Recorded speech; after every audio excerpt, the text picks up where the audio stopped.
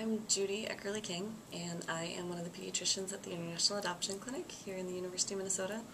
And day to day, my job is to see children who are adopted from abroad, and domestically. I see them in clinic when they come home to their families.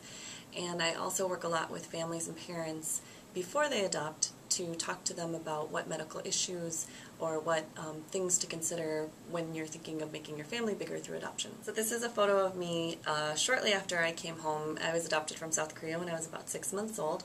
And so this is me once I had settled into my household and my family, and I look pretty happy in this photo.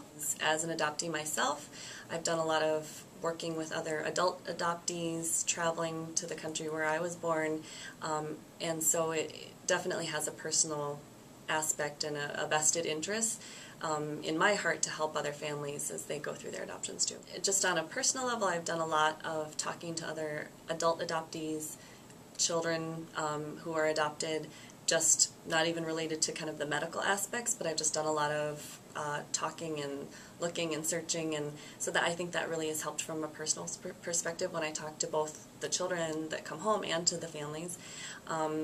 I think also in a way sometimes families relate to me also because they know that I do have this kind of personal interest. It is really important to me, obviously, and sometimes I think they can kind of look in the future and say, you know, she was adopted and maybe this is how my child will think about things in the future. So it actually works both ways, and that's really great to see. The parts of my job that are the most rewarding are just the interactions that I have with the families.